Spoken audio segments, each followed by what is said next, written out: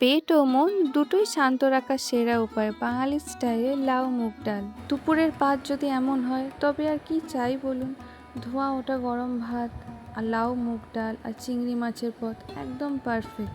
Save করে রাখুন, পরে বানাতে কাজে লাগবে। এখানে আমি কড়াইতে মুগ ডালটা হালকা ভেজে নিয়ে ধুয়ে রেখে দিলাম। কড়াইতে কাটা লাউ, ধুয়ে রাখা ভাজা মুগ ডাল ও পর্যাপ্ত জল দিয়ে ঢাকা দিয়ে সেদ্ধ হতে দিন।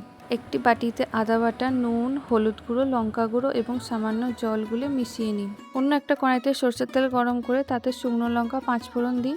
ফোড়ন ফুটলে তৈরি করে রাখা মশলার মিশ্রণটা দিয়ে ভালো করে কষিয়ে নিন।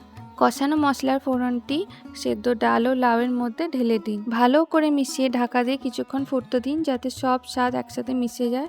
আর একটু চিনি দেবেন, আর যদি নুন কম পড়ে একটু নুন দিতে পারেন। গরম ভাত, লেবু ও শসার সাথে গরম গরম পরিবেশন করুন। হাতে কম সময় থাকলে এরকম একটা রেসিপি বানিয়ে নেবেন, খেতেও ভালো লাগে আর শরীরের জন্য খুব ভালো। আজ তবে আসি, দেখা হবে পরের ভিডিওতে।